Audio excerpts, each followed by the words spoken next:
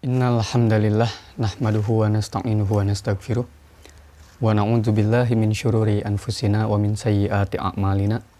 Man yahdihillahu fala mudhillalah wa man yudlilhu fala hadiyalah. Asyhadu an la ilaha illallah wahdahu la syarikalah wa asyhadu anna Muhammadan abduhu wa rasuluhu alladzi la nabiyya ba'dah amma ba'd. Qala Allahu ta'ala fil Qur'anil Karim. A'udzu billahi minasyaitonir rajim. Yuridullahu bikumul yusra wa la yuridu bikumul usra. Al-ayah.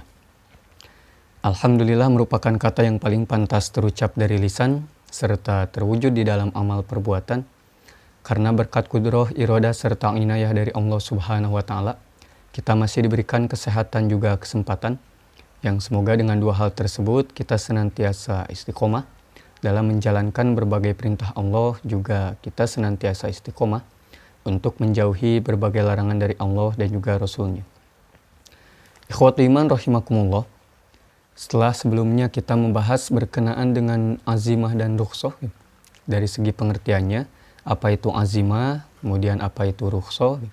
Bahwa azimah kalau boleh gitu kami simpulkan adalah hukum asal yang Allah tetapkan bagi semuanya, semua mukallaf, tidak memperhatikan keadaan mereka, tidak memperhatikan waktu, tidak memperhatikan siapa, tidak memperhatikan di mana tempat mereka gitu.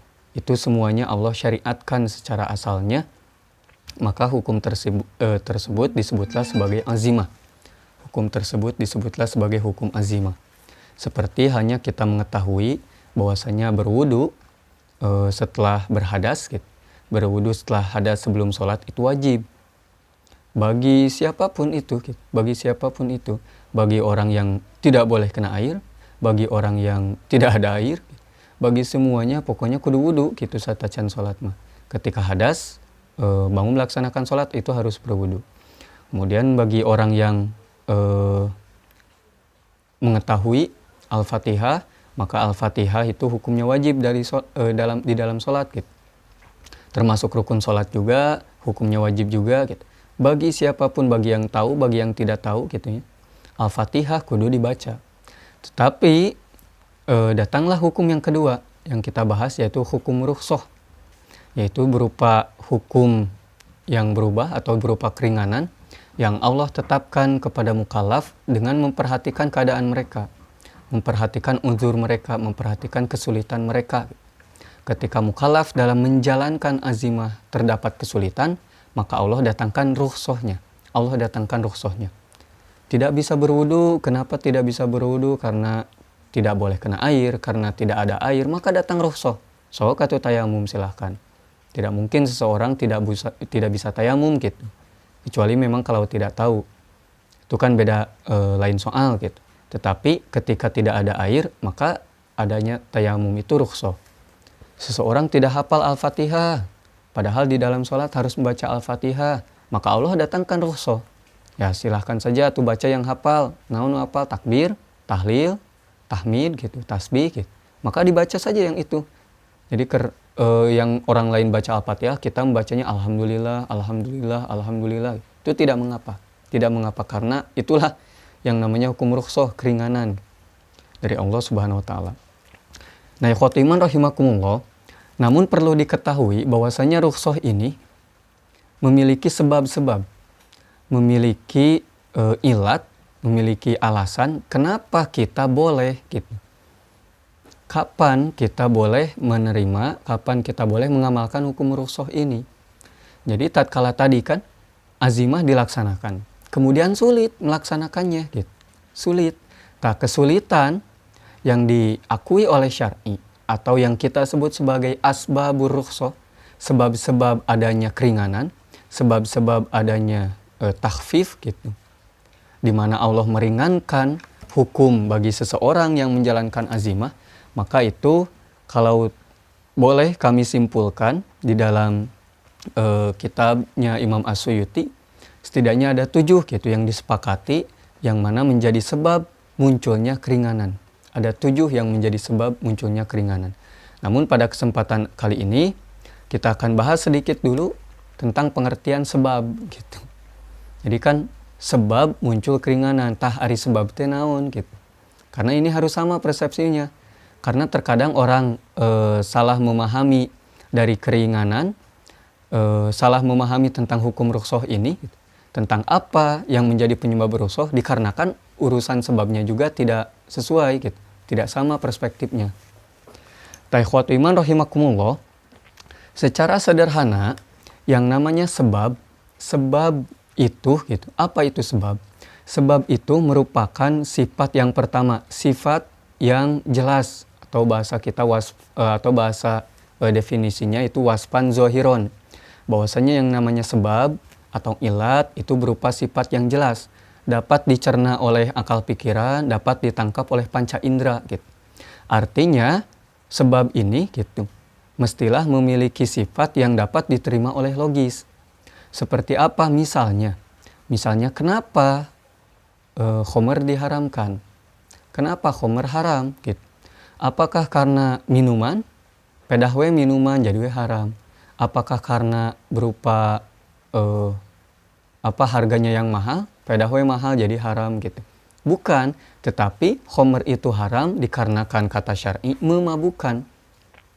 Khamr itu haram dikarenakan memabukkan gitu. Memabukkan, sifat memabukkan ini adalah sifat yang jelas, sifat yang zohir. Dapat dicerna oleh akal, dapat ditangkap oleh panca indera. Ketika kita meneliti zat yang ada di dalam khamr gitu, maka yang ada di dalam khamr itu zat-zat yang memabukkan, dapat kan dicerna oleh akal. Karena memabukkan, jadi haram. Karena memabukkan jadi haram. Kemudian dapat diterima oleh panca indera, ditangkap oleh panca indera. Panca indera juga tahu gitu. Ketika ini memabukkan, yang ini tidak, air yang biasa gitu. Itu tidak memabukkan. Kemudian air khamr, padahal warnanya sama gitu. Warnanya sama, tetapi beda misalkan baunya, di khamr merada beda. Itu dapat ditangkap oleh panca indera gitu. Makanya ketika sesuatu itu menjadi sebab kepada sesuatu yang lain, akan adanya sesuatu yang lain, itu harus memiliki sifat zohir, yaitu jelas, dapat ditangkap oleh panca indera, dicerna oleh akal, artinya diterima secara logis. Yang kedua, yang namanya sebab itu juga haruslah memiliki sifat mundobit. Gitu. Kalau bahasa di sini mundobit itu artinya relatif atau dapat diukur dan kepastiannya juga dapat dilihat pada beragam hal yang kita jadikan sebagai sebab. Misalkan yang tadi memabukkan. Memabukkan itu adalah sebab haramnya khamr. Maka sifat memabukkan ini adalah sifat yang pasti dan juga akurat. Dalam arti relatif bisa diukur gitu. Ya silakan saja ukur. Khamr yang memabukkan gitu. Khamr yang memabukkan. Bukan orangnya ya, bukan orangnya yang menjadi mabuk atau orangnya tidak mabuk, bukan. Tetapi zatnya. Zat yang memabukkan itu seperti apa gitu. Zat yang memabukkan itu seperti apa. Makanya tidak berkaitan dengan urusan apakah 1%, apakah 2%, apakah 3% gitu. Misalkan ayat cai 1 botol, tetapi ada khamrnya. Ada zat yang memabukkan, tapi dengan 1% gitu. Atau 0,5 gitu. Tetap saja. Karena apa? 0,5 tersebut itu merupakan ukuran yang pasti mengenai hal zat yang memabukkan gitu. Ada anggar we eta aya 0,5 anu memabukkan. Relatif, pasti, akurat dan juga kepastiannya dapat terlihat di dalam beragam hal yang kita jadikan sebab. Seperti itu, makanya tidak tengaruh gitu bade seueur bade sakedik oge. Karena apa? Mundobit. Karena mundobit gitu. Harus sesuai gitu. Bukan karena misalkan kita sudah atau seseorang sudah kuat gitu, makan dan minuman yang memabukkan. Karena saya mah sudah kuat jadi tidak apa-apa minum khamr, bukan kan. Tetapi yang dinilai itu adalah zatnya. Apakah zatnya mundobit? Tidak. Ada tidak sifat memabukkan di dalam zatnya. Meskipun hanya 1%. Meskipun hanya 1%. Jadi harus pasti dan juga akurat. Itulah yang disebut sebagai mundobitun. Mundobitun. Sedangkan kalau misalkan khamr itu diharamkan karena berupa cairan misalkan. Nah khamr haram kusabab cairan. Nah itu tidak pasti gitu. Ukurannya menjadi tidak akurat. Ketika diubah dari cairan ini menjadi benda, misalkan menjadi pil, gitu, itu kan sudah menjadi tidak pasti. Padahal pil juga sama gitu, menyebabkan mabuk.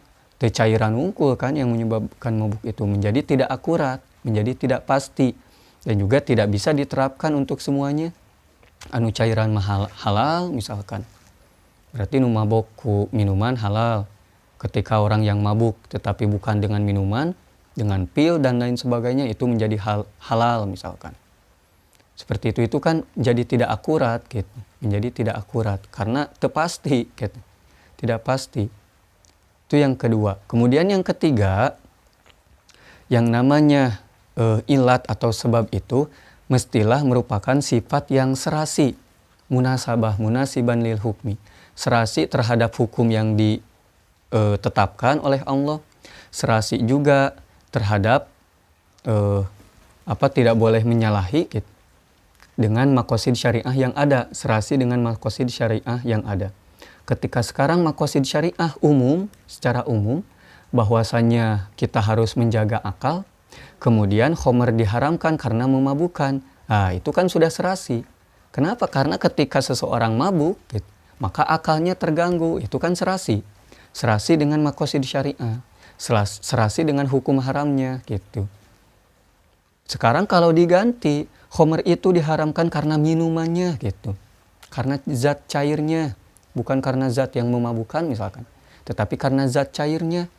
Padahal dengan zat benda, gitu, zat padat pun ya dapat merusak akal, gitu. Badeku zat cair, badeku benda zat padat dapat merusak akal menjadi tidak serasi. Banyak ku cairan akalna jadi rusak, tapi ku benda akalna jadi sehat kan henteu. Tetapi kalaulah yang diambil jadi sebab pengharaman itu adalah memabukkan, itu ada keserasian gitu. Waspun zohirun harus zohir, waspun mundobitun harus akurat, tepat, dan juga pasti. Harus pasti.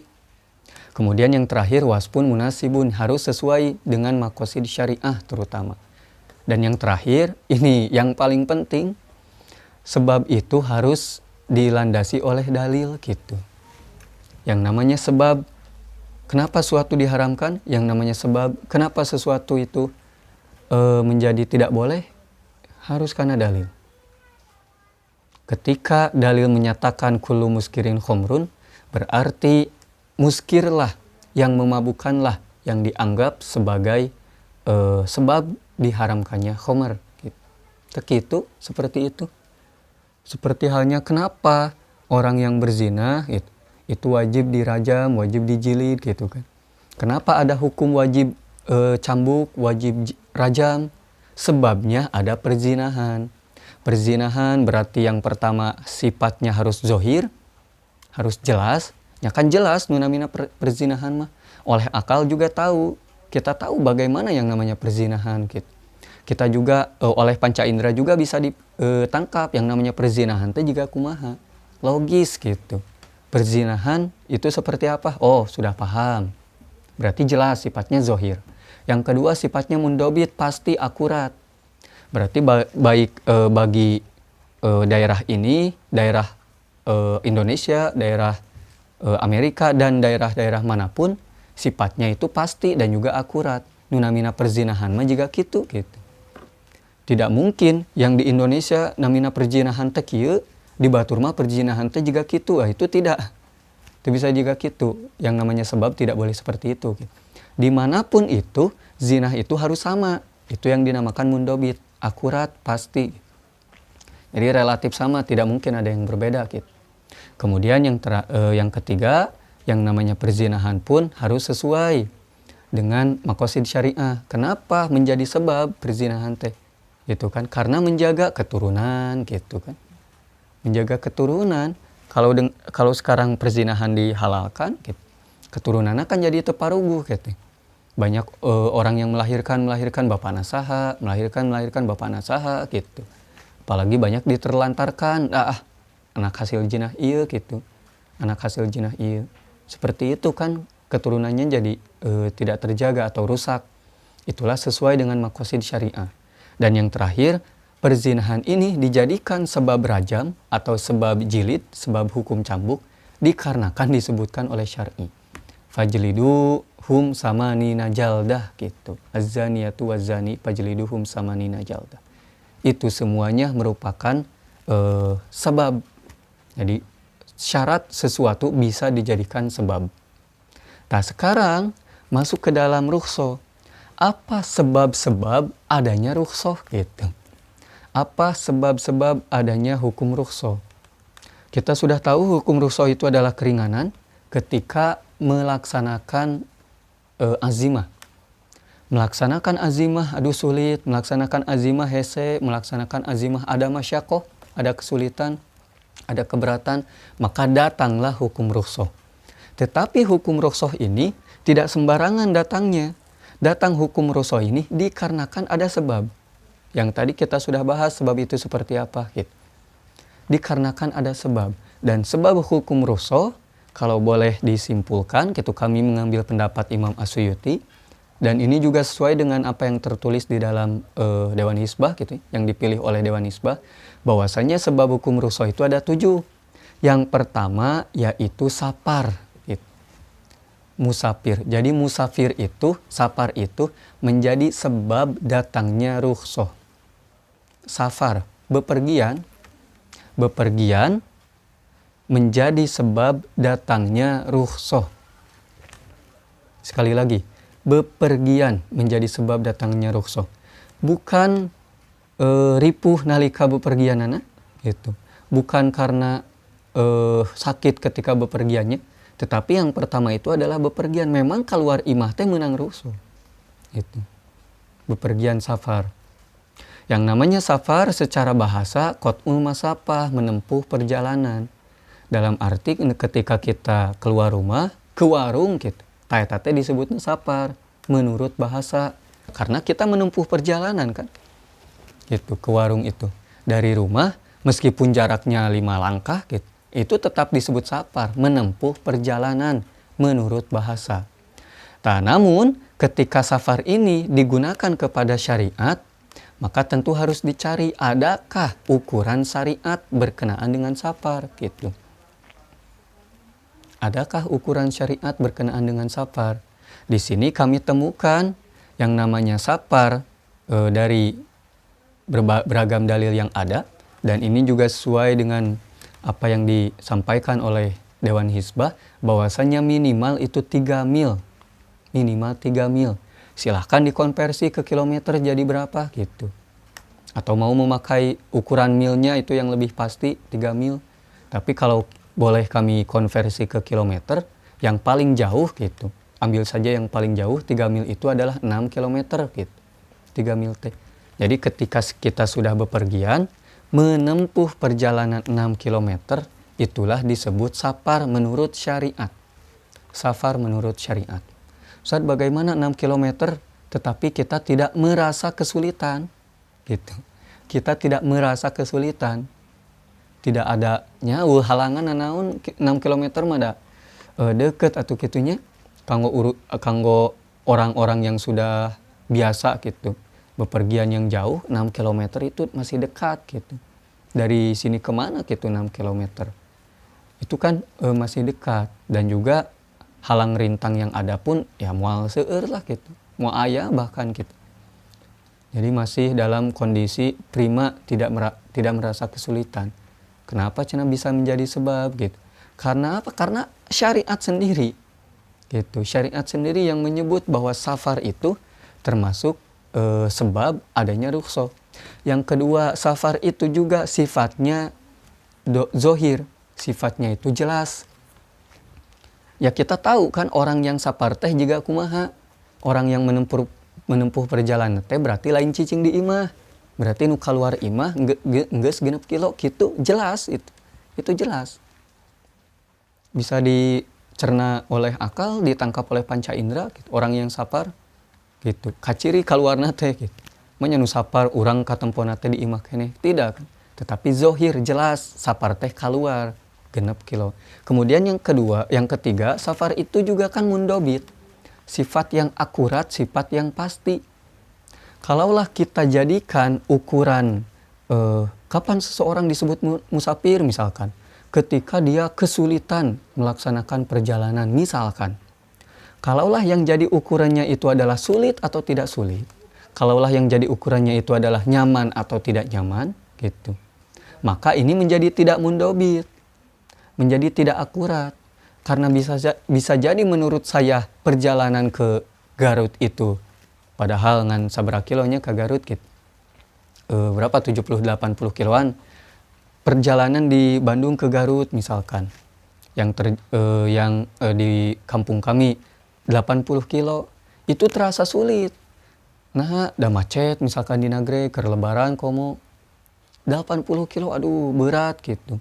Tetapi bagi orang yang dari Bandung ke Singapura misalkan, seberapa ratus kilo tah ke Singapura gitu. Atau seberapa ribu kilo mendugikeun ka ribuan. Tapi kan dengan naik pesawat, gitu, tidak merasa kesulitan gitu. Itu kan jadi tidak akurat gitu, teu pasti. Jadi nu sapar teh nu mana gitu. Seperti itu gitu. Berarti engke teh bakal dirinci nu sapar teh lamun ka Garut, eta oge lamun macet gitu. Eta oge mun macetna ripuh, lamun macetna henteu ripuh teuing mah normal mah berarti teu sapar. Bakal jadi gitu.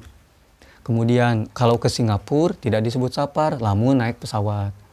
Tetapi kalau naik kendaraan umum mun aya eta oge gitu. Da kan caketnya gitu. Misalkan itu bisa disebut sapar. Kan jadi teu pasti, tidak akurat. Gitu. Buat dia sapar, buat orang lain tidak sapar. Buat si A sapar, buat orang lain tidak sapar gitu. Itu menjadi tidak pasti. Padahal yang namanya sebab itu harus pasti, harus akurat, harus mundobit. Sedangkan kalaulah diukurnya berdasarkan kesulitan, atau bahkan ada yang menyebut berdasarkan kebiasaan, eta we biasana sabaraha. Kalau saya biasanya ke pesantren gitu ya. Dari rumah ke pesantren jaraknya sekitar 20 kilometeran, eta nu biasa. Ketika di luar dari kebiasaan, misalkan 25, 30, tah eta disebut saparna teh gitu. Ada orang yang sudah terbiasa misalkan 80 kilometer, atau waktu dulu ketika tahun 2018 sampai 2020, kami kan sudah biasa ke Ciamis. Gitu. Ke Ciamis teh dihitung 120 km. Unggal minggu eta teh lain unggal bulan, bukan unggal tahun, tetapi setiap minggu ke Ciamis bolak-balik. Ciamis Bandung, 120 km pada tahun 2018 sampai 2020.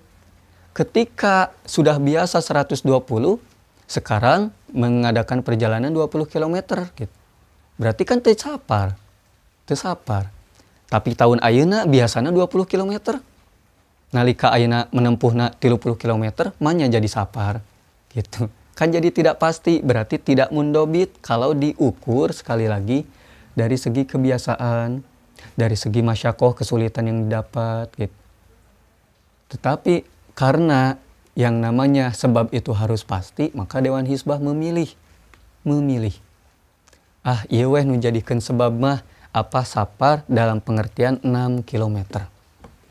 Apalagi pernah ya ada yang mengukur dengan keimanan gitu. Kumaha keimanan weh eta mah mangga gitu. Dieukeun keimanan masing-masing. Lebih tidak pasti lagi. Berarti kalau saya 20 km sudah sapar, keimanan saya 20 kilo. Kalau ikhwatu iman 100 km belum merasa sapar, berarti keimanannya leuwih ti 100 kilo. Lebih besar keimanannya daripada saya. Gitu. Bakal kitu gitu. Lebih tidak pasti, gitu. Lebih tidak akurat. Gitu. Seseorang menjadi nanti beda-beda. Kewe kakarawe diakurkeun jeung Nabi. Sok Nabi wae 6 kilometer tah. Sudah sapar. Apakah keimanannya 6 kilometer? Gitu. Ini saeutik keimanan Nabinya 6 kilometer. Pang-pang nama asup surga di 6 kilometer. Gitu. Itu kan jadi tidak akurat. Sekali lagi kami memilih bukan untuk mendiskreditkan atau membantah pendapat yang lain, namun kami lebih memilih yang akurat, yang memiliki sifatan mundobiton, yang pantas dijadikan sebab, itu harus pasti. Yang kami pilih berdasarkan riwayat yang ada, minimalnya 6 km. Minimalnya 6 km. Karena kalau mengukur keimanan, tidak akan pasti. Beda-beda, tiap orang beda-beda, tiap orangnya gitu, beda-beda. Kemudian mengukur kepada masyakoh, tiap perjalanan beda-beda, tiap jarak juga beda-beda, tiap kota beda-beda. Kemudian kalau diukur dengan kebiasaan, tiap waktu bakal berubah. Seperti yang tadi contohnya gitu, saya pribadi. Itu menjadi tidak pasti. Tetapi kalau 6 km, ya itu sudah pasti. Keluar rumah 6 kilo, oh sapar.